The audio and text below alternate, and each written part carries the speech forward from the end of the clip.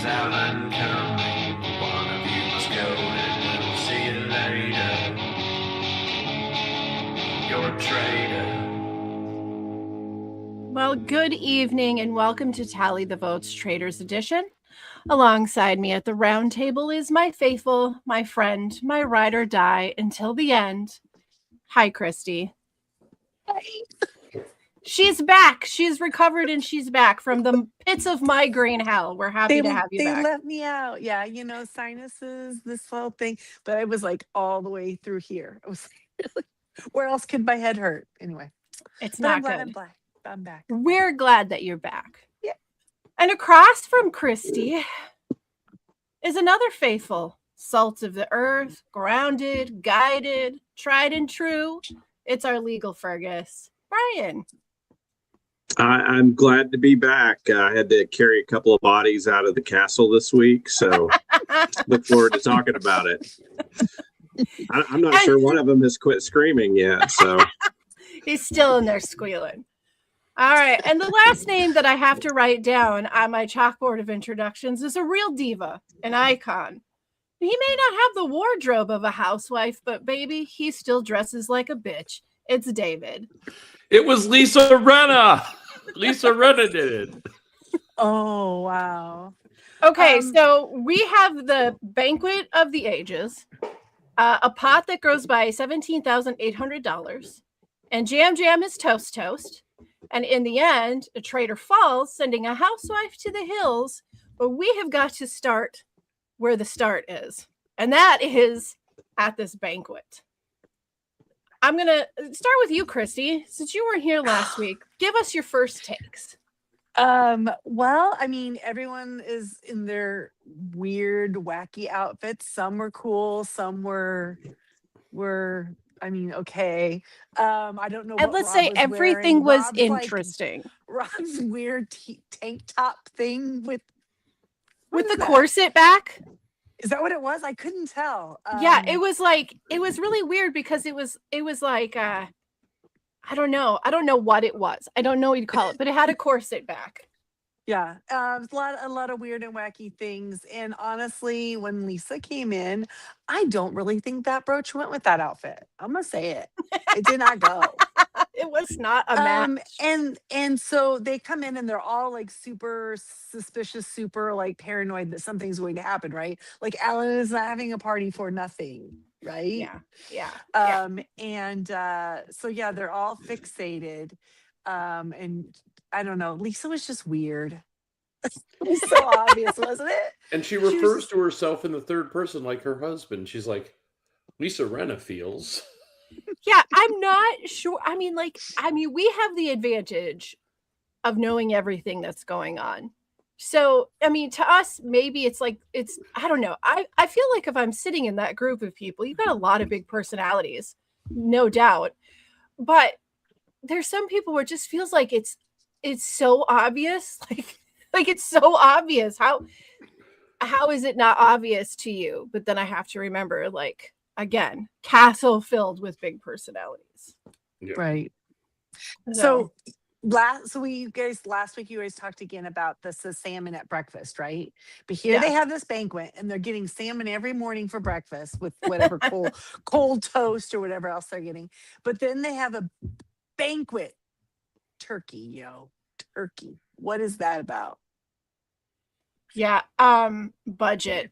I mean, have you seen what Alan's been wearing? Like the gem feathers? Cost alone.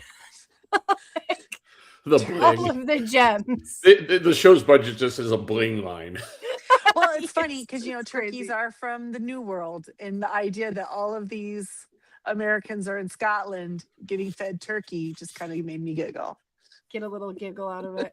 I gotta say though, some of the outfits I want to put some praise out there. Like, I know that the internet has been giving Colton some grief for his outfit.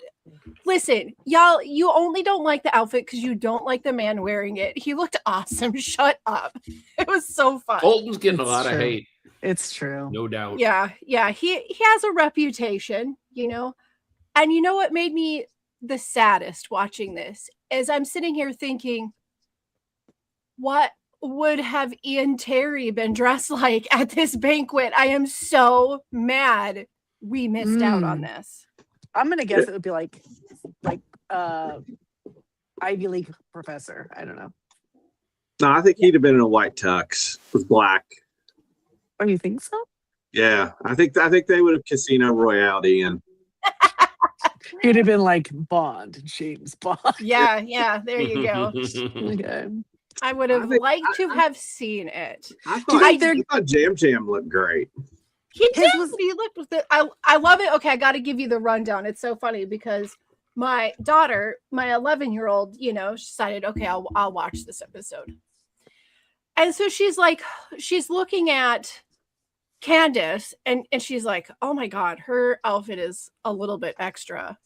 And I go, well, they're all kind of extra. This is Alan's banquet. It's sort of the thing. And she's like, oh, is it? Yeah. So she watches a little bit longer and then Jam Jam walks in and she goes, oh, okay, now I see it. He gets it. He got that. He understood what to do. It's like, there you go. As soon as you just needed to see some boas and then we're clear. But yeah, Jam Jam looked great. Like you said, a few of the outfits. I did learn this week from some other post-game interviews kind of how the wardrobe works. So they have to I don't remember if it's 14 or 15, but they have to come up with 14 or 15 looks. And then those looks have to be approved by production. A lot of these people just hire a stylist to come up with these 14 or 15 looks that they have to have. So all of this is like pre-calculated, but it is their own choosing on some level. They just have to get it okayed by production. I just had a funny thought. If Brian was ever on the Traitors, he'd show up and he'd have 14 black hoodies. They're all slightly different. I wanted. I just like the idea of him having 14 on in the first episode, and then each episode there's one less hoodie. I was going to ask you guys if you thought that they had help picking their stuff, and I'm going to say it right now: the amount of choices. If you had to come up with 14, just assuming you made it to the end, right? Maximum is 14 outfits to take for filming. I think I'd have to get a stylist too because but don't this make me one make those had choices. to be put together by production, don't you think? No, but production sent the cast apparently like some themes and said here will be some themes, put together an outfit along this line, because I think if Jamie's watched it, Sesternino talked about he actually had an outfit and he showed it on his podcast. The outfit he would have worn to do that. For this that party.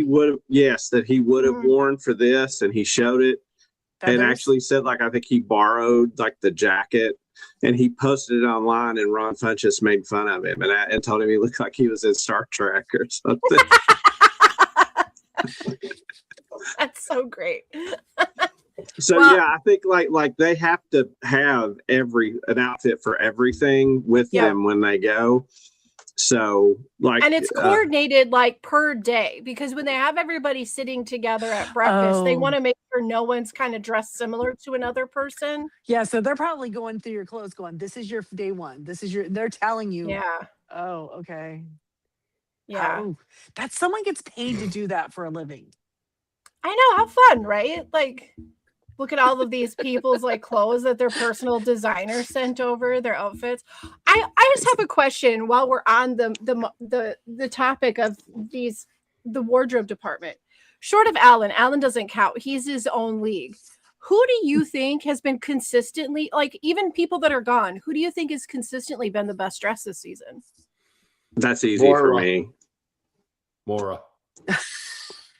I should have guessed that one Except for that you. Stupid big giant hat, but I don't like the hat. Her hair was cute, but that hat was ridiculous. The hat was too. If it had been leopard skin, it would have been perfect. Just like the Dylan song. No, the hat definitely made her look a little bit like Toadstool on Mario Bros. Yes, thank you. It did. It looked like it was a little too her much. Her head was a button to press. Yeah, a little too much, but yeah. Okay, there's great jokes to say here, but she does. Sure. But she is. I can see that would be a good choice. What do you think, David Brian? is so evil. David is so evil. But she, yes, she is. I can see that would be a good choice. What do you think, Brian? David is so evil. David is so evil. David is so evil. I think the most consistently well dressed that always, it sort of is her look this whole season. And she hasn't gotten a lot, but she's gotten more recently. I think Kristen Kirsch has been the best that's dressed a good choice. A of good the choice. season. Yeah. Yeah, I do. The like red dress was outfits. striking. Yeah, I do. My favorite, I think, was Tiffany. Every look she had, I really like. It felt like it was very her. Like the outfit wasn't wearing her, but it was like cool. Everything she wore was kind of cool. And it was a different Tiffany than we got to see, you know, Yeah. hanging I out in the almost Big forgot Brother Tiffany house. was even on. Yeah, It me seems too. so long ago. Boo. But yeah, no, she had great looks. I loved her glasses, and she was just she had her hair all over to the one side. I know somebody likes that. It was she always looked great. Yeah, I have to say I probably feel that Rappaport had the least style. You know, he went in there with the same outfit. He's just the same thing that he always wears, you know. Whatever. But that's fine. That's Like, fine. whatever. Fine, So you want to miss out on all the fun, fine. Oh, so now all the people who've gone home who didn't, if Rob sent his, I'd like to see what everybody who's already gone home would have worn. I know. What their I'm outfit so was, curious. Because now I want to see what was Tiffany gonna wear. I mean, not everybody's going to care about it, but like for me, it is the highlight of every season is you get that one episode where everything is like super avant-garde or couture. Like it's just, they just go balls to the wall over the top with their design and their wardrobe and set. And I love the theatrics of it. And I don't see it on any of the other versions of the show. This is definitely the American thing. And I think it's because we have so many of the housewives who are kind of into fashion. Yes, right? Yeah, yes, that does help. Or a lot of the Bravo people in general, right? They kind of have a certain even the Bachelor people flair. and the Bachelorette people would be. You have that, and then led by Alan. Like, come on. So I think it has its own like layer to the US show for sure. Yeah, and they do. I mean, as they tell them, like what we kind of want you, like the idea we want you to have when you pick out your designs that you're going, your 15, whatever, is like, you need to think about like Alan, you know, like, can I try to match that level of energy?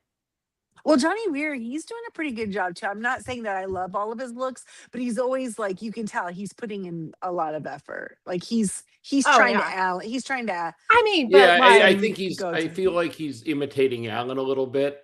But he has. You got to look at. You can't be as flamboyant as Alan on this show But look at what his career is like. His career really does have a lot of costume involved. That's right, but I just think when Alan's on, going flamboyant is going to fail. You're never going to amount flamboyant to. Listen, Johnny Weir is but an apprentice, but a Padawan to the Alan Cumming of it all. And the funny part is, Johnny in any other room would probably be. Yeah. But it's the accent, guys. I'm just going to tell you, it's like Alan Cumming of everything is its own thing, but like the accent on top of it separates the drama. Like it's half of the drama in this situation. And his cheeky smiles. Come on, Alan is all that. He's everything we needed on TV. He really is.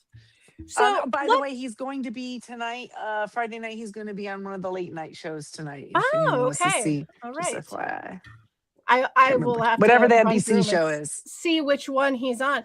I do want to kind of touch, and before we leave the banquet, we have got to talk about some important things here. So, number one, the antidote, the twist of having the antidote. What are your thoughts? Well, like, how do you feel about this?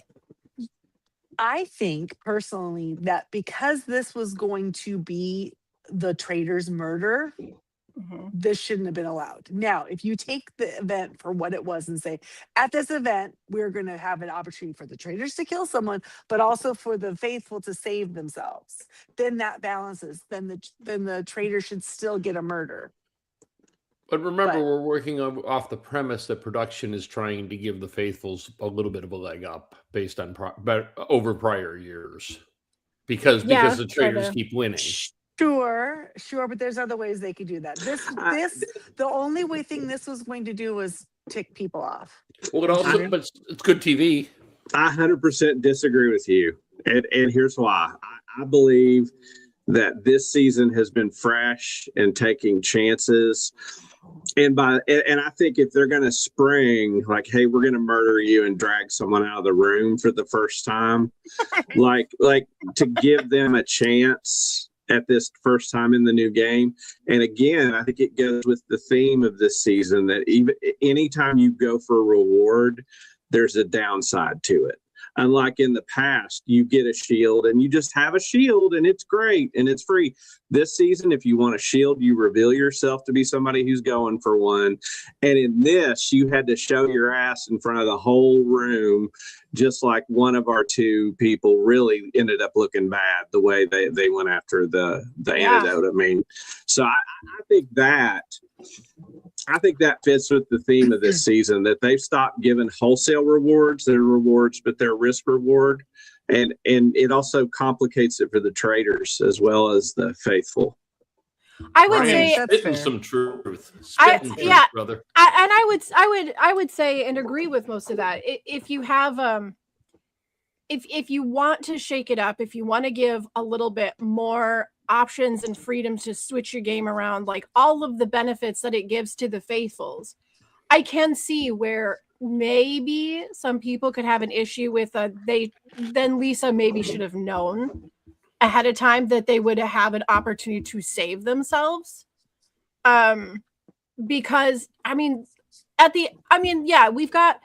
we've got Rob that was really pushing for it at the end at the round table, but like this really sealed Lisa's fate. And the funny thing is like she was revealed as a traitor for doing the thing she didn't even do. Right. Like it was the right victim. You know, the victim reason. was, but the victim knew, but it was the wrong thing. Did you think it was fair that if he had just been murdered and they're dragging him away, that he's allowed to speak? Absolutely. That's what happens when you're dragging him out. Absolutely. Then he's not dead. Then he's not murdered. I look at it like this. He's cursed. It's a fine line. He is cursed. I didn't like that part. I didn't like. I think it's a fine line because yelling. I think it's a fine. It was an amazing moment for television. A fairness for the game. It's iffy. Not fair for the game. It's a bit like in Survivor when you're going to have your torch snuffed and you get voted out. Lots of people turn around and say, well, this is happening. This is happening. This is happening. I hope you get yours before their torch goes out. They're technically out of the game, but are they really out of the game until their torch is snuffed? And it's like, he's out of the game, but is he really out of the game until he's out the door? You know, like there's some wiggle room in there. This is a traitor's purist. This is more fair because in traitors, usually only the people voted out get to talk. The people murdered, nobody gets to talk to. Yeah. Which is why they shouldn't be able to. But what's better, the person that's getting murdered or the person that gets voted out gets to say something? Why make a difference? The reason why someone who's murdered should not be allowed to speak afterwards is because we know that they're faithful. They've been murdered. You don't murder a traitor. So because their identity as being never been done before, could it be done in the rules? Yeah, they could make it a rule. They have to be unanimous, right? Yeah. And if they really wanted to balance things, what they need to do is start every single episode giving a faithful a chance at asking for intel. So like if you're the person who had the most rocks, then maybe you get a chance at picking a little bit of intel on another player of your choice. Just getting an because ounce of now something. It might not even be that. It might not even be that. Like it's just a little something that make you go like, okay, and then you can choose whether to share that with others or not, because it will make the traitors fight really hard to be that person to get the intel so they can block it too. I think that's fascinating, and I love everything about it. And that would be great in a game that wasn't the Traitors, because this is about making glorious TV. In the last in the last two episodes, I know you were ill last week, but you know, the last 2 episodes, man, this is a back-to-back run that's among the best in this show and maybe the best. In a season that started pretty choppy. Yeah. Well, yeah, no, we were all not very happy about it at the beginning. I guess at the Brian end of the day, that it really lends itself to the title of the game. This is a game about traitors. It's about deception and murder and banishment. And I mean, there's nothing in this game that is very, I don't know if dignified's the right word, but it really is just about doing nasty at somebody, you know, like it's kind of a snotty idea, but you make good points about like where the rules stand. This is something that they've never done before. I can see going forward, because there has been a lot of conversation about it. On one hand, it made for an amazing moment of television. And honestly, he's yelling at Lisa, but if it had been anybody else, if it wasn't Jam Jam, if it was anybody else, would they have been going, I know who it is. I know who it is. But he probably not. Know who it was, if they weren't a gamer, they probably wouldn't. Right. And I think it was a unique thing being that it was Jam Jam, you know? So, okay. So now with Lisa being gone and they know that clearly Jam Jam was right about her, but even though he wasn't, we know Jam Jam didn't know because but he knew she was the person he interacted with the most. And if anyone killed him, it had to be her. Yeah. Well, because he had the reason wrong. She kissed him. She kissed him, Christy. But she kissed him. Did anyone go back and rewind it? Did she? They did. They didn't show it. They didn't show it on purpose. But I don't. I'm saying that she's the one he interacted with the most, and that's how he knew. I don't think would be fair because it looked like they were all mingling and interacting with each other. Well, let's be real though. Jam Jam is like the most paranoid person that's in that castle. Yeah. Like he is. Natalie looked pretty like a good contender in this. Well, I don't know that she was necessarily. She's not necessarily paranoid overall, though. Like Jam Jam is paranoid at the dinner. She was but Jam Jam is paranoid 24/7, every second of the game, all the time, always. I'm going home. I need a shield with his mother and thinks she had an ulterior motive. Yes. So I mean, like I said, it being Jam Jam is really what lent itself to everything that came afterwards. I don't think we would have gotten nearly as much drama and questioning about rules or any of that had it been any other person sitting at that table. And I want to point out one thing, and kudos to the producers because they couldn't even have imagined it would work out this well. Do you remember who her targets were? Jam Jam, yes. Kristen, and who was Natalie? Natalie, yes. And who drank the potions? Yeah. Kristen and Natalie. Mm-hmm. And as far as being drug out, I mean, I think as part of this game is being social, defending it, and dear God, I'm defending production. What is wrong with me? It's okay on this show. Doing a Survivor, we're going to have a fight. But Lisa also chose to murder in plain sight the most dramatic person there. She did. Yeah, because she would have if she would have murdered Eric, he would have said, "Bye, guys." Yeah, she couldn't control who was going to touch it. She could have walked in there and one. Oh, she did. She ensnared him. She said, "Here's my three. Here's my three top options." Stuck. Yeah. No, I understand that. Options. No, I understand that. But let's say, this makes me think that production is really manipulating this because, of course, they are. But absolutely, I'm not figuring out how they're doing it. Christy states the incredibly obvious. No, but I'm trying to figure out. So Lisa walks in. They can't know who's going to go talk to Lisa first, right? No. So what if Dorinda walks up and goes, "Oh my God, girl, I love that outfit. Ooh, where'd you get this?" Like in the first 15 seconds of walking in the door. I think they tell her who to approach. Well, I'm wondering that I'm assuming that at some point the traitors, when they were told, "Hey, there's a murder in plain sight, and here you're gonna have to curse somebody," I am assuming that they made a short list of who they thought they wanted to go. Who are the people we want to go? And then Lisa picked based off of what was the easiest opportunity. Sure. But also the other house, Dorinda did not think she was a traitor. No. No, but the way this season's shaken out after last year, can we just say the civil war between gamers and housewives is from now on? It really has cemented. Yep. Because we are first and foremost at Tally the Votes, a competition reality show watching family. So you're gonna come for our gamers housewives? I don't think so. I don't think no one has watched The Housewives, right? Short of like flipping through the channels and seeing like the after show or something like that. No. And Lisa Rinna might be the housewife I know the most. You know she's married to Harry Hamlin. Did you hear? Is she? Did they just get married finally? Have you heard? No, but I've known about her forever. So she was kind of the only one that I might know of that was on. If someone said name a housewife of any of the, you're gonna know. Well, she's in all of those flipping. She's in all of those flipping tables, pouring wine on, crashing things. Apparently, years of she was. Let me ask this: how could I recognize Dorinda? Because she seems familiar. I've never watched the show. Where she appeared anywhere else? I might have seen her.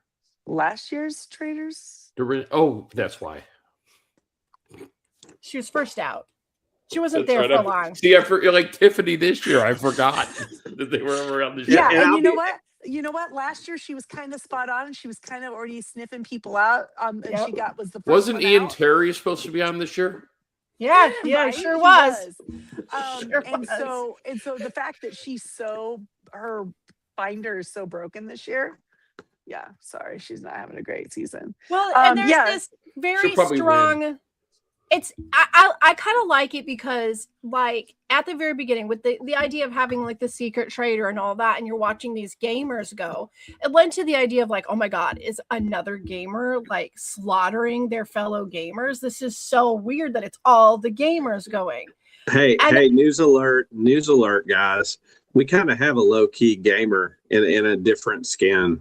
And we do. And we definitely do. So I like that it's changing it up for future seasons of Traitors where it's like, okay, I don't like all the gamers being gone because those are the people we know. However, for the future of Traitors as a whole, US Traitors, you're going to have housewives come on.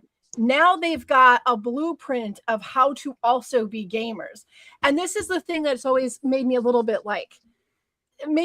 frustrated with the housewives is because they're always like, well, they're a gamer, they have to go. Girl, you're here. This is a game. Learn. You are a gamer now. Like they were once just a person who learned how to game. So what you're saying is the housewives are there for their 15 outfits. They're not there to yes, they are. Okay. They're not trying to win. So I do like seeing this change up where it's like, y'all better learn how to be gamers because you have to. It's a game. Like it's not a popularity contest. Not strictly a popularity contest. Yeah, I am a little follower. Sorry. Christy always did her homework and always finished her peas at dinner. Yep. Well, Christy, I will give some criticism about this episode, and that is if you want to feel like the hand of production was in this episode, I think I know making a challenge where you run a uphill carrying rocks in a backpack that clearly favor people like Rob R.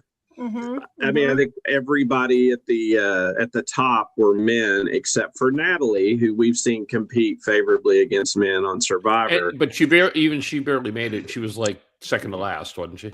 She was like fifth. I think maybe she was fifth. But like, I thought that competition was really unfair. And I'm gonna pile on top of that, Brian, because when we're talking like you're gonna add your rocks to the pile. I'm adding my rocks to this pile. When we get to the second part, when we get to the second part of this competition, And now Rob's got the most rocks, so he gets to be the one who has to, look at everyone's poker face in order to get these 2 daggers. We, the viewers, never got to see each individual person's slate. Correct. I think they were all daggers. I think every person standing there had a dagger on their slate. And so no matter what he chose, he was going to get the dagger. Then that means the other 5 people know that because they would have, when he says, hey, nobody tell anybody who has the dagger, all those people knew it was Rob. Yeah. So but I mean, like, when he talking about, I had the dagger. No, I had no, the dagger. I mean, like, they're when all pointing he at each other. No, I did. He got the dagger because he guessed that Natalie was the one lying. And she had a dagger because she looked really sus. Because they all had to go, no, I don't. I understand that. So you're saying they all lied, but he just picked her? Why didn't one of them look at him and go, yeah, I fucking have the dagger? Right? There now do you believe me or don't you? Right? There's no reason to lie. The same thing. Yeah, right. Yeah. That's a good point. I sort of believe that they all had the dagger on their boards. They wanted Rob to be able to have this power. They all agreed to have this pact together. We're not going to tell anybody who had it. That's fine. That's its own game strategy. But the fact that we did not see those slates leads me to believe that they all had the dagger on it. Well, I think the unfairness that could play out in the game is if that pact holds firm. We're getting to a point in the game that 6 votes plus the dagger vote, you're almost home. Yep. And if they get to the end and they think they've got all the traitors out, but Rob's still there and they end the game, they're going to be so mad at him. I think one of them's already sussed it out. Well, there's a few people that have been talking already. So can we go back and talk about just for 1 second, the antidote thing? Yes. Okay.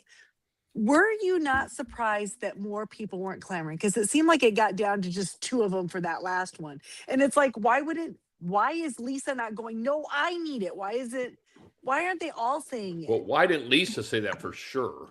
Right. Why weren't the rest of them saying it? I think for one, because what was the counter argument for Natalie being like, so I need it. Oh my God, she must be a traitor. No, why would she put herself out there like that if she was a traitor? Right. So that's the counter argument. Which is why you would think more people. You know why? Because I don't think that they're gaming, Christy. Okay. Well, I think they're just there. The structure of this group is to discourage an individual to try to seek safety. That's the structure they built around this group. Correct. But like for Colton, if he believes that Lisa is the traitor, isn't he going, no, guys, Lisa's clearly against me and I need it? Like, he didn't even say anything. I don't know. He's got the upper hand, and if he does that, it could be a tied match again if he does. Okay. I just thought it was like a little too easy because there were only the 2. I was surprised. The thing that shocked me was Jam Jam didn't try at all. That was I think he kind of went like, well, I would like to have the antidote, and then that was it. And Tara she needed it. I don't know why these people. Everyone's just paranoid. I think Jam Jam was worried he was coming off like wanting desperate. All the advantages. And he wants to be a housewife. Listen, all I have to say is they could have just said, Jam Jam, you've been cursed. You're out of here. You didn't drink the antidote. But no, they went in with masked men and they grabbed him, which was very, awesome. Very thematic of America right now, and hauled him out the door, kicking and screaming on his way out. Not even a warrant or anything? God. Nothing. No due process. He's out of here. Execution. But I love Lisa the whole time, and Lisa's like, what? No, not me. Not me. Not me. Like, Lisa has to tell y'all, and you know what it is? It's a pretty common tell. People who speak in, and they say things like, don't. And then suddenly they say, or they say don't or didn't, and suddenly they say, I did not. She always does that. Like when someone asks her point blank, she breaks her words down. And I'm like, how is she not the most obvious person? She gets very posh, right? She gets like very. I did not. I did not. Also, how many air kisses are you giving out, girl? Like, come on. They lose their potency if you're giving one to everybody. One must pity Harry Hamlin. Well, he's an old man. Listen, maybe her lips are insured and she can't wear them out. They are an essential part of her overall aesthetic. So, gotta air kiss everybody. So yeah, I agree with that. I think Jamie said that. Okay, so your theory is that production was messing with the daggers. Okay, we'll go back there again. Yep. That makes me a little sad because I really want to believe that Rob was good, because that was like, if that's the case, that was an amazing show. Like, take that boy to a carnival. He needs a sideshow stat. Listen, he's got. Here's the thing. Listen, here's the thing. A show like Survivor, whether we are going to agree with certain things production does or does not, always makes a real big show about how, blah, blah, blah, like we have integrity. And sometimes they don't, but they really try to sell that there's integrity, that there's a plot course for this, but it's all about the experience and about the people and it's organic situations. We know that Big Brother does not have that. Right? Big Brother is a little bit more manipulated. The Traitors, there is nothing in Traitors about integrity of game. It's just not. It's for entertainment. It is all it is. It is a drama. Yes, right. But this is very that we get to watch them play. Right. I think the way to think about it is they don't rig the result, they rig the game. Yes. And so there's a way that you can survive, but it's rigged against you, but the result's not guaranteed. That may be why they're filming it in Ireland. Or because Scotland. of those quiz show laws here that Scotland, you know what I'm saying? I'm sorry to all the Scots that are listening. I get the difference. Listen, really can you just at least get the countries correct? Yeah, jeez. Oh my god. Well, don't we all agree that Jam Jam is the best exit that you could possibly, that for the first time? Well, everybody except our friend in Brooklyn. No, 100%. I thought it was a glorious exit. It led itself to way more conversation if he had just left. Yeah. But I don't think he was technically. I don't. It's all technicalities. They wanted the drama, but he wasn't murdered. It wasn't a murder in plain sight. It was, you've been cursed. Okay, that's fair. I'll give you that then. But I will say this, that of that party that they thought was because something's going to happen, there was a lot of chaos with the way Jam Jam left. You have all of that and him screaming, and not everyone could hear it because people were going, what did he say? What did he say? So there was a lot of hubbub at that moment, right? Some people at the other end probably didn't hear. And before the ladies going after each other for the antidote, there was a lot of, it gave a lot of smoke and mirrors for the Traitors to play around in. If Lisa wasn't such a flagrant traitor. I just think like you want to do something like that, man. Take out Eric. What's Eric going to say on the way out? Nothing. Right. Yeah. I mean, that's just it. I feel like pinning the target that they did was definitely going to lend itself to a little bit more drama. I get why Lisa had the brooch. I understand that it wouldn't have made as much sense with it going to Rob, given the circumstance of these crazy outfits, though. Maybe he could have actually taken that brooch and made it work somehow. It would have been the one thing that would have been like zhuzhed his stuff up on the front. But like, I think that if this was in the hands of somebody like Rob, it might have gone a little bit smoother, because even though no one pinned that brooch as being the issue, Lisa is such a ham.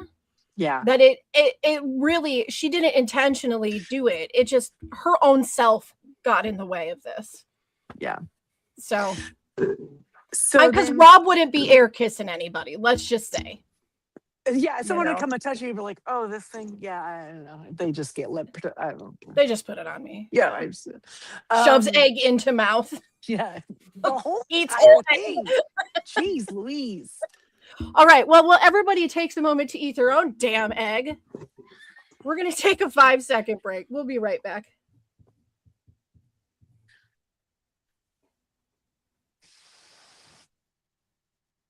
All right, guys. So, we're back. Swallow your egg. Take a drink. I don't need anybody choking the when they're on the ladies, job. Candace did say that there was a snake in the tour, did she not? And the way he ate that egg whole was like a snake. Also, he literally has a tattoo of a snake going across his whole body. I'm just saying that we can't not see because he only wears overalls. I heard a rumor Christy had a tattoo of a snake but doesn't like snakes. I said that was a ring. A ring. A ring. Don't touch it. Don't touch it. You'll be cursed. This is how this happens. See? They take something you said and they twist it around. Twist it around and use it against you. I did not say murdered. Yeah, I don't know. I'm just at the end of all of this. I think that anybody who takes there has to be some level of rules and law within the game, but anyone who takes all of the rules to, I don't know. I just feel like it's such a non-serious game that to take the rules seriously is almost as over the top as some of these outfits. I think our friend Scott is calling for them to take the English language seriously. Cursed to death. That's a stupid hill of semantics to die upon. I guarantee they're going to amend the rules for future seasons. Yeah. Well, Christy, you found a supporter for your position, so you're verified now that your side of the round table has got a good defense on themselves. I mean, I do like the rules. Here's the thing. If you're going to play a game, no matter what that game is, you got to know what the rules are. Okay, so let me ask you a question. I need to know. If you're playing Uno, when you play Uno and you get a reverse card, or no, what? How about this? You get a draw 4 card. Do you have to draw 4 until you get the color named? Or do you have to just draw 4 and move on to the next? It's just draw 4. Yeah. And see, depending on whose Uno table you're sitting at, that we've learned something tonight. There are some guerrilla Uno rules in Missouri. Hold on. This isn't a Missouri thing. This is like half the people I played with say you can't do that, and the other half say you have to draw until you get the color name. I've never heard of such a thing. Yep. That's how people end up with like 20 cards. Heresy. Because a draw 4 does not change the color. The wild draw 4 does. Yes, a wild draw 4. That's not what you said. That's what I mean. The wild draw 4. I feel like this could be our viral video, guys. Right here. This is it. So what I am saying is, again, another example. Is it duck, duck, gray duck, or duck, duck, goose? But if you have a draw 4 wild and that person plays it and it's on you and they say yellow, it's duck, goose. There is nothing else. Half of the country will argue with you. Half the country. Gray duck. You know what? It's a very northern thing, and not me. Gray duck is a very northern thing. Like much further north than Chicago, apparently. Yes, more northern than Chicago. It's a great way north. Maybe those states that line up against Canada. What I'm saying is, all of these known games have variations of the rules depending on who's sitting at the table. Well, if you've ever played Monopoly, you know that. But that's the thing. When you're playing games with other people, everyone that's there should know what the rules they're playing with. If you're playing Uno and then you don't know that rule, and then like somewhere down the line, all of a sudden, and then they have this argument in the middle of the game, and Jam runs through the room yelling, "She kissed me! She kissed me!" No, Jamie. In some rooms, it's been alleged. Rooms in North Carolina, it's been alleged that some game owners actually create the rules as the game progresses to their own advantage. Well, making no accusations about unscrupulous behavior at the Fireball Island. Listen, table. you know what? It has been noted. Losing a game is not the worst thing that can happen to you. Cheating to win the game, that's the worst thing. Depends on the game. No. But don't you think the rules of the game are Integrity, come to Scotland and get ready to have fun and see what happens? Don't you think that's the rules of the game? This game. We need to make really great television. We need to outdo the fights that were between Carolyn. Okay, and, so yeah, see, like right that's now, it. my We need to have higher. We my need to have sister's higher watching this, views and than she's last saying season. they do not understand that Christy is very competitive. When she plays a game, she plays to win. That's why we There's changed the there's rules, Christy. There's room for party afterwards. Anyway. You know what, Christy? If that's the case, then I would watch very carefully the way Rob R plays this game, because to sort of move our conversation forward, since Yes, we just took a please 15-minute get me- derail into Rules Town. Listen, my head was in a rut. I could not get out of that. You have to pull my ADHD back in. We and I love this. seriously digressed there. Sorry, sorry, everybody. You know I'm what? so That sorry. made I'm so Fabric Corner look like a footnote. So, Fabric Corner. yeah, Christy's Fabric Corner, when you talked about the fabric and the dresses a few weeks ago. God, Jesus, I totally forgot. Okay, Yeah. sorry. But if we look at the dagger, My special interest. and then the creation of the Dagger 6, Yeah. the move Rob R made, starting with the beginning of the episode where Candace, I believe, tells him, "Hey, I'm not going to work with you. We're done." Yep. And you know so, what? That's a traitor right there. That's a traitor to the traitors. She's traitored on him by saying she's not going to work with him anymore. She is, but in a dumb move by her, because a real traitor would have said, "Okay, let's get past this," and then stabbed him in the back. Yeah. But she was, I think she was emotionally angry, both that Lisa was a housewife and that he turned on them, and let that affect him. And he went, and I thought the rest of this episode played a brilliant game. And if we want to talk about what's unfair, her throwing a random vote on him when that was bullshit.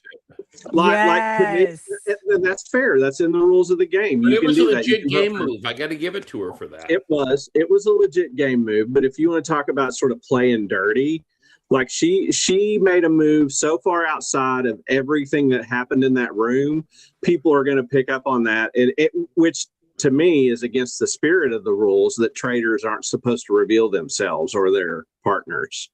Correct. Well, doesn't that reveal her as well? If she was revealing him as a traitor, then she must be too. That's why it was a stupid move.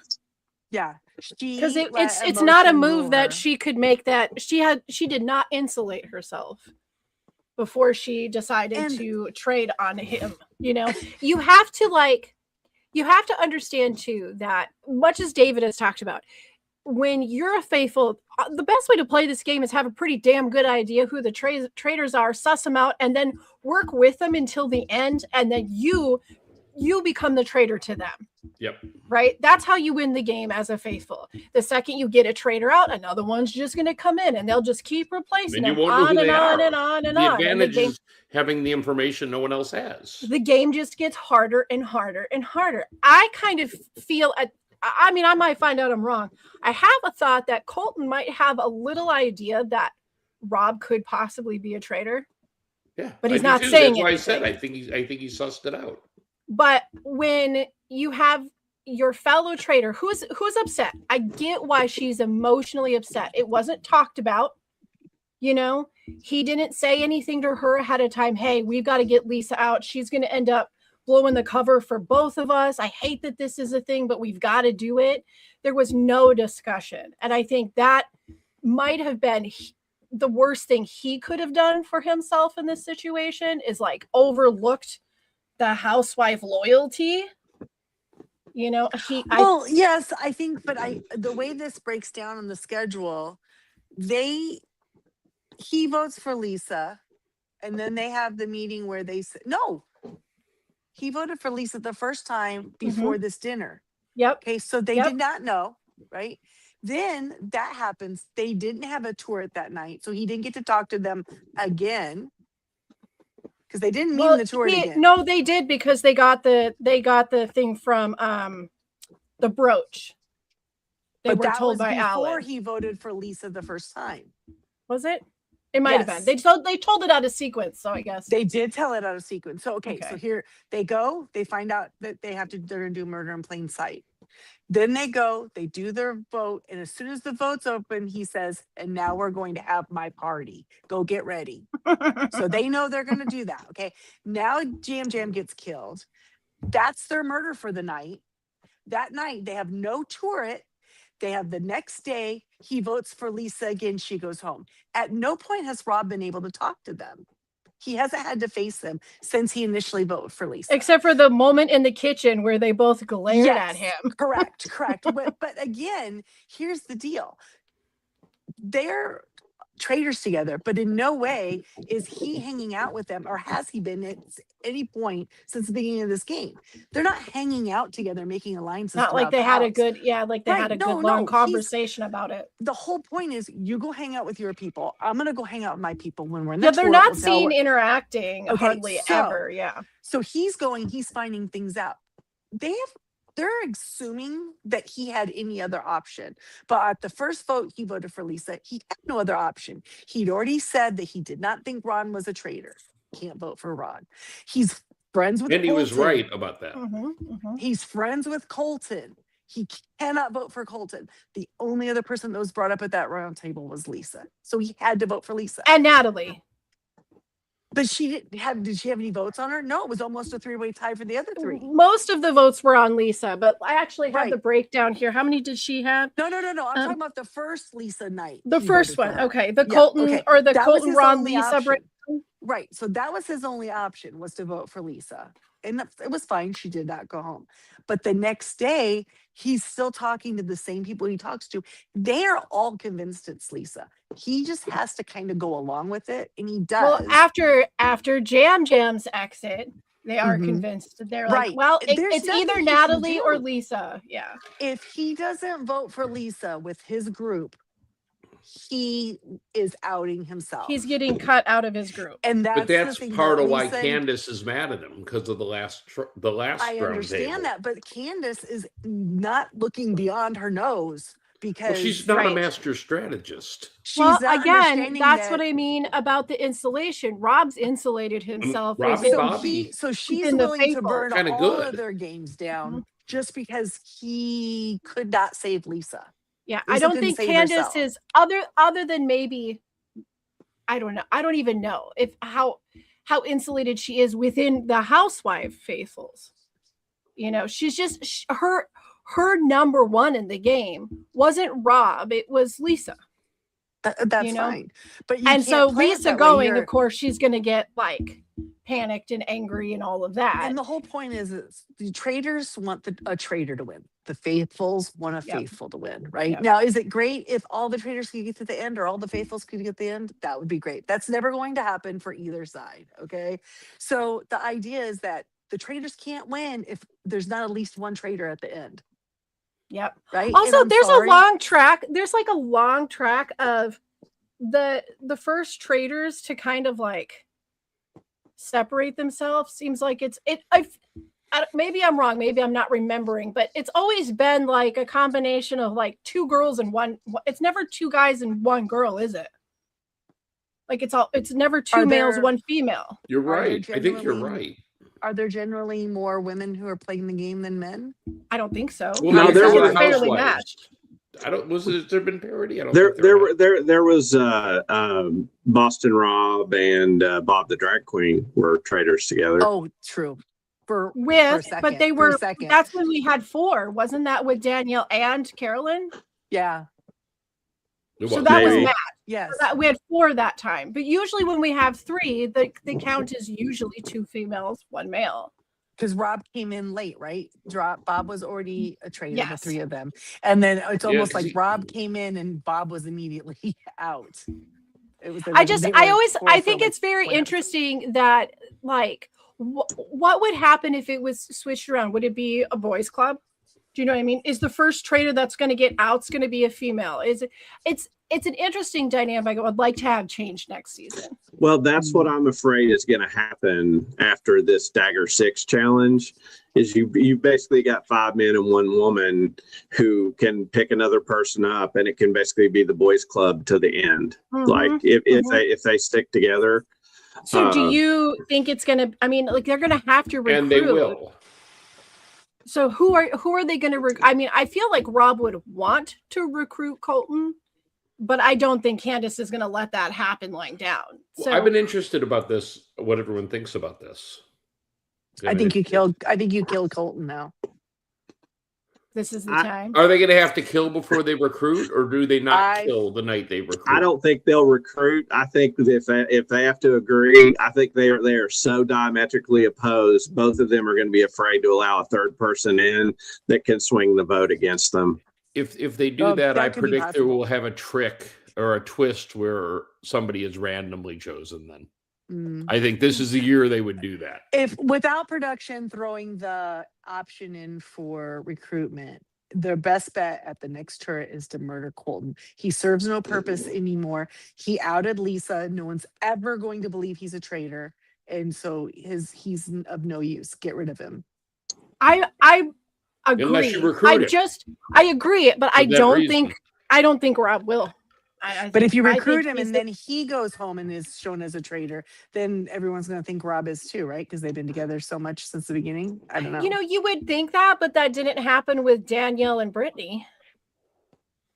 It's how do you play it? I don't know. Can Rob roll around on the ground in fake crocodile tears? Maybe he could get through it. God.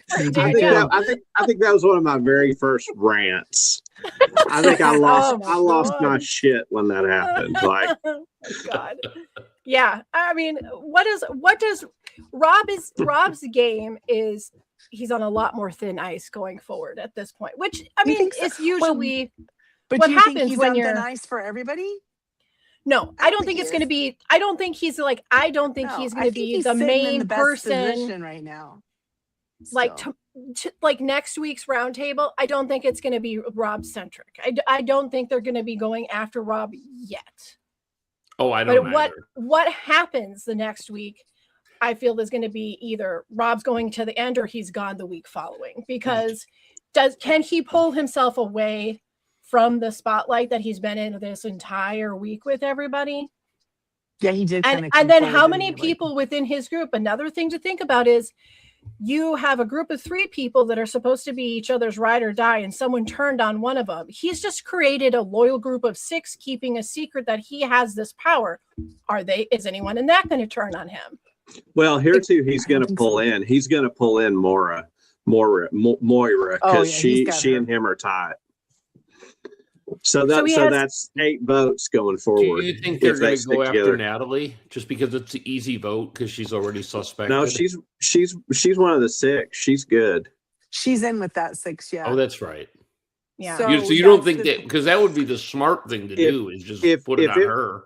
If it were me, and I wanted to ask you all this. If it were me and I'm in that castle and maybe I'm thinking Survivor or Big Brother, but I got to break up Tara and Johnny. You got to break up a pair. And at various times, Johnny has sort of been somebody to rally people a little bit. If it were me, and now Johnny's for the most part totally wrong, but he's shown the ability to sort of pull people in. And he's a number gatherer. Yes. Yes, I would. If I'm in that Dagger 6, I would take out Johnny. The thing with Johnny is that, yeah, you're right. He's wrong, but he has a certain confidence when he's saying so if you're someone who's like, I don't know, I just don't know, how do we know who, and someone else is being confident, you'll go to that confidence because you're like, I have nothing. Right. And that's where I think, he could sway some people. Well, I think Candace planted a good seed for just having Rob's name down. That made people say his name in conversation, which was the first step for him getting called out as a traitor. So she planted a seed there. Whether we like how it was done or it was safe or not, she did. But don't you think people are going to go ask her why Rob? Yes, of course he will. It really depends on where she can go after this. But on the flip side, Rob has also planted a seed, because this, I think, was one of the most important moments that I've ever seen in his game, as when he turned and he was like, what if the Traitors are all housewives this year? Yes. That was fantastic. And I think that's going to get people reeling, because the only people Lisa was always talking to were the other housewives. Yeah. If he can get her before she gets him. Do you know what I mean? Because if she goes home, if oh my God, I just blanked on her name. Candace goes home, she's revealed as a traitor, nobody will think Rob is.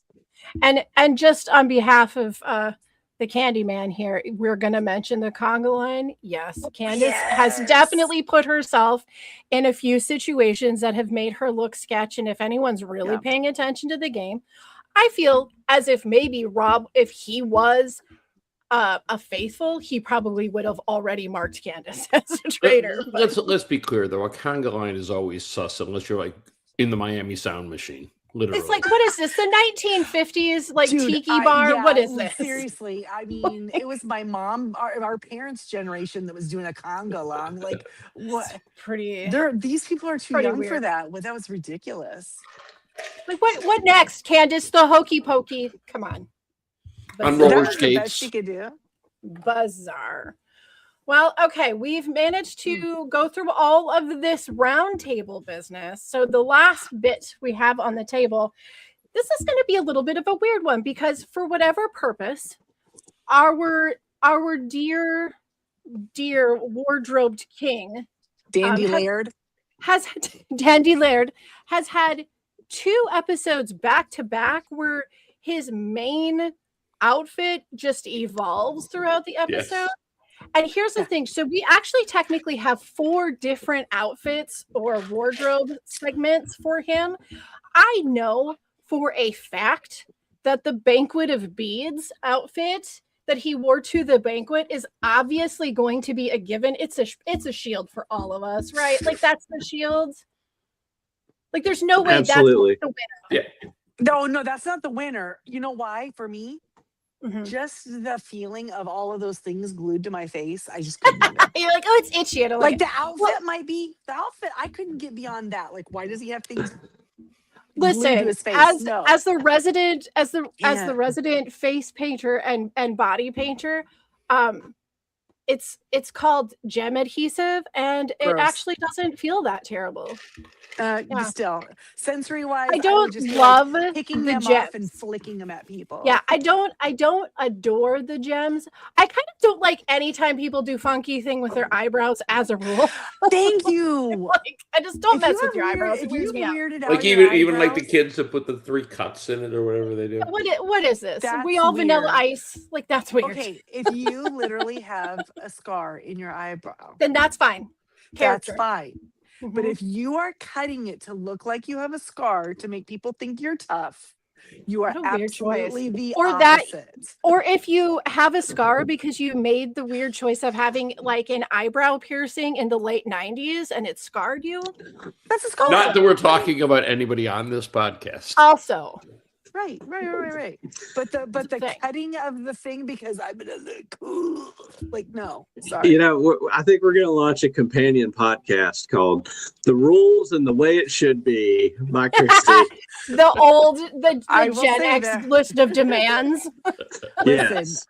We shall be respected. Well, okay. So then with this wardrobe, Chrissy, you threw a wrench in this, but it's okay. We're gonna work with this. The other outfits, the other options we have is the evolving outfit, which I have put it into its evolution as if this was like Pokemon. Okay. Right. So we start out with what I have coined it, the plaid PJ vintage 90s. Yeah. Okay. And then it evolves into plaid PJ vintage 90s ashes to ashes. And then from there, it goes. What was the ashes part? What was the ashes to ashes is the David Bowie video where he's like the doll, the mime. But what little hat? No. But what is that? Was it the hat that he had on? Yeah, the weird little button hat. Okay.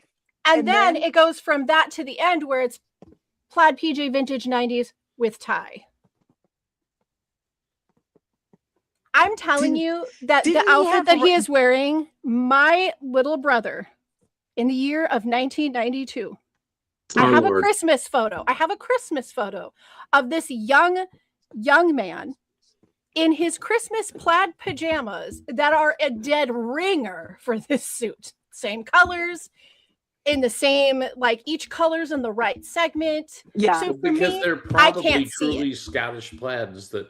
Yeah, I cannot see past those PJs when I look at this outfit. So none of these are contenders for me. Oh, I see. That's why my view is already skewed. Jamie's murdering all of the outfits. Jamie, when we go to this party, I'll wear the weird plaid pajamas and you wear the things on your face. Girl, yeah, we got it. Okay? All right.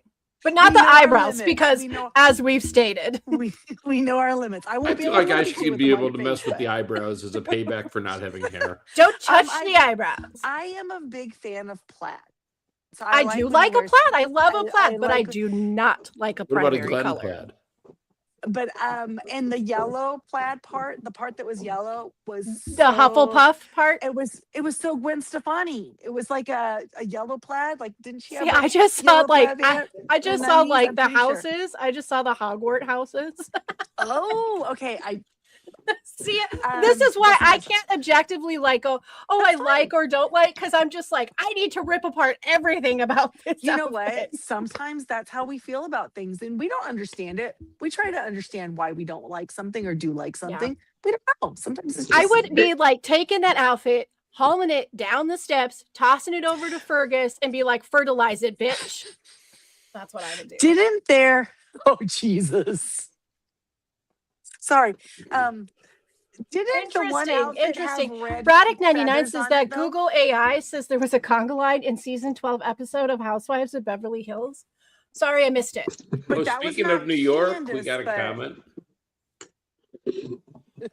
We got Rose says she'll wear the eyebrow jewels at least once. All right. Okay. She would. Ro will take one for she'll take one for the bling team. So the one when he had the feathers on the like feathered shoulders, the red feathers, I liked that. I thought that was a fun addition. I mean, the one I would shield obviously is the Ashes to Ashes one. I just thought that was an awesome look, and he had like the like stilted boots, yeah, standing out there on the road. You could throw the other two away. My second favorite was probably the tie, and the one I'd get rid of is just the PJs in the early part of the day. But the Ashes to Ashes, I mean, come on. See, but that's how you have to do it, right? It has to get better each time. Otherwise, what do you do? It has to, Why are we de-evolving? Right. We don't do that. We don't want to do that. All right. So, David, where are you at? Where's your vote landed, buddy? I don't even remember the plaid we're talking about, so I'm gonna abstain. This is where David, if David knew what was good for him, this is where he would turn and be like, I don't know, and then like appear with that hat and just put him on his head. If the world were always so simple. Yes, it is that simple, David. You're just missing your opportunity. I don't have a hat. I expect better of you before the end of this season. This is the longest message we have ever gotten from Scott, and it's about face gems. They're called face gems. They're really good accessory and actually part of a pretty good game so far. So let's respect them enough to call them by their proper name when you're fishing for likes. Okay. Golf claps. Excellent. Excellent. We have 12 players left. 2 of them are traitors. So I was thinking that, gosh, at this point, they're just getting massacred, the faithfuls. But they still have kind of a lot of them. Mm-hmm. There's a lot of killing still to be done. How are our winner picks doing? I don't even remember who my winner picks were because everyone I liked went home, bro. Yeah, Jamie clearly lost her winner's pick. I mean, I guess I'm kind of rooting for Rob at this point. So I mean, okay, so this is what I'm thinking. We have to put this to memory for next season or any other season. Well, I wrote down mine, but I didn't write down the first episode, those first 3, that first week. You were feeling pretty down. on the people. Girl, I was feeling straight up triggered. You were like, how am I even going to get through the rest of the season? It's going to suck now. I don't even want to watch it. I don't even like these people. And now you give it a couple. Now it's like this shining star came forward. And you're on the Rob train, right? I mean, here's the deal. I thought about this. I've thought about this a lot. One of us, it wasn't me, but one of us said, this might be the first time I'm not rooting for the Traitors. We know what this is. We know what this is. The beginning, yeah, it was definitely me. It was definitely me. But I want to, Christy, we get what this is about. I want to lay this out, Christy. Here's the thing. I have thought about this. Look, he's a cutie patootie. That's a given. That's why he doesn't wear sleeves. He can do that. He surprises me because he's not what I thought he was going to be. But you know what is funny is that on Traitors, I really do like him. And if he was on Survivor, I would probably learn to like him. I would hate him on Big Brother. Because he doesn't say anything? No, because he's the guy that's going to find the young, like, cute girl, and it's going to be all showmance, and I don't want them to win. Because Rob wouldn't be some weird showmance. You know, like if he's in a showmance, I don't know. The showmance thing always removes me from the joy of a competition. I've not seen his Love Island, so I don't know how he was. If he's I don't want to watch that. Yeah. Is he only ruled by one thing, or is he going to be like, yeah, chill? I'm trying to play a game. Like calm down, you know. Yeah, it's true. He does do a lot of handling of the snakes. So. What did his shirt say? He's a desert cowboy, something like that. But he's from the South. Something like that. But I was really like, you know what would be cooler is if that said vote for Pedro. Just saying. Yeah, you're almost there. You've almost got it, buddy. Yeah, I think Candace needs to. I think Candace needs to swallow that down. She needs to figure it out. She can do it. If she just, she got to take a minute to breathe. It's okay to be mad at him. It's okay, hon. You can be mad at him. But if you want to win this game, you're going to have to work with him a little bit longer. And he seems so far in this game, he always seems to be pretty level-headed. Like he doesn't get too like. He's very chill. Yeah. He's very chill. So if he can just stay calm and she can vent whatever ridiculousness that she's going to be mad about Lisa out, and then he can explain to her, no, dude, you do not understand what these people have been telling me for days. They were on to her. I never, you know, if they can have that conversation, it might be okay. But man, yeah, it's not going to be as smooth sailing for both of them. Let's just say that the I think he's going to come out. I think he's fine. Yes, God, it is. You think he's fine? I think so too. I think he's in good position. You said there's 12 people left. Yeah. So with the dagger, there are 13 available votes.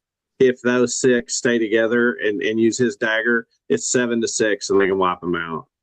But I like what he said about saving it. You know, they've got a nice. Yep. You know, maybe he won't. Well, and he's got a traitor on the opposite side of him. So if heat starts to get on him, he's got Candace to deliver up, and then he's a hero again to the final 6. Yep. That is the truth. And she doesn't. Well, she must realize he has the 6, so she's in a really bad spot. What will be interesting is the conversation they have where she says, "Tell me who has the dagger." Yeah. You know, and when he says, "Well, I made a promise, I can't." Why doesn't he just lie to her? Then it's war. Well, that's the question. But if he says like, "Hey, I'm not," because let's be honest, he's playing as a faithful, and that's why he's being so successful. Yep. Exactly. He said that. He said that early on. Like, I have to play this like a faithful. So do you think that if they got to the tour, because, they just voted out Lisa, so now they'll go to the tour to kill someone now, right? Or is that where we're at? Where did we stop? Yep. Where did we? Okay. So if they get there. Or they'll have a chance to recruit. Okay. So if they get up there and I don't think they do both in the same night, but maybe I'm incorrect. Brian no, they cannot do both in one night, right? Okay, because it'd be like, it'd be too advantageous to to lose a faithful and gain another number for themselves. Well, and you have to, there's the whole, the recruit episode is always its own episode because this is where you see like how loyal are the traitors still to each other. Can they recruit somebody they both agree on? And in some seasons, it's been a no big deal. They just recruit somebody else. But like we saw last year, that was a big deal because Daniel's like, oh, Brittany. And Carolyn's like, are you crazy? So it depends on where that goes. I know what I was going to say. Do you think he would tell her he has the dagger? If there's somebody else in his group of 6, if he could say like, well, Natalie has it to her. I agree with David. He should lie. I think he should lie. Yeah. Not say it's him. Yeah, I agree. So this is where that's why I just said on Natalie. Well, I mean, for 2 reasons, and one of them is a very Boston Rob reason. He should lie because then if it gets back to him that word has circulated that the person he told her had the dagger, then he can confront her and say, okay, you want me to trust you? I did, and you lied. Yes. Yep. So he definitely has a few.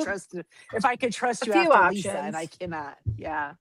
Okay, so that's what we're going to lay out there for anybody that is interested in giving feedback or what their predictions on this is. You can send an email to us at tallythefeedback@yahoo.com.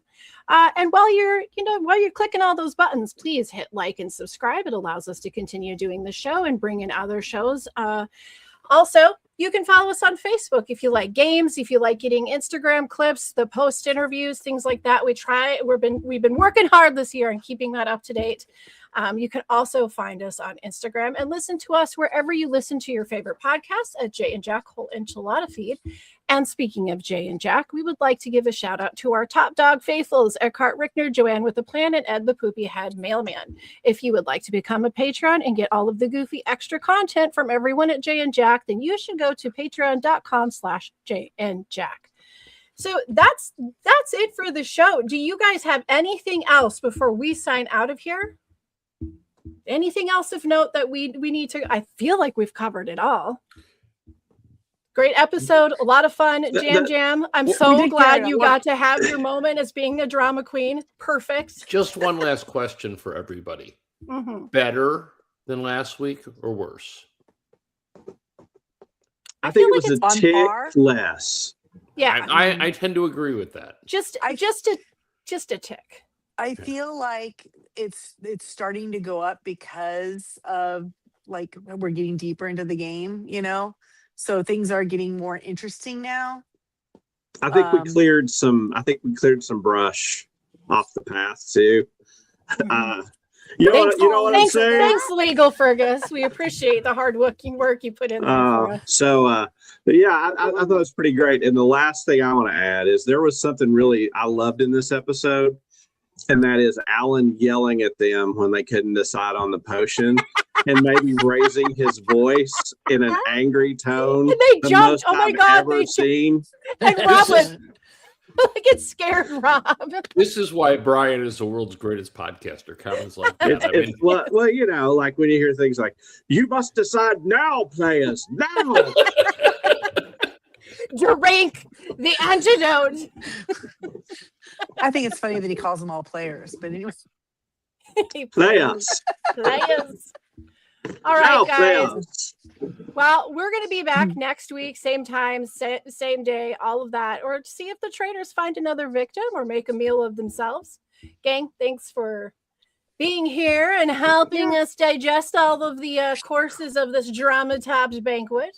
Listen, where would we be if we couldn't vent our feels about the show every week? There was so much, and I feel like there'll be a lot more going forward. So until then, take care of each other, do unto others. Good night. Night. Follow the rules, y'all.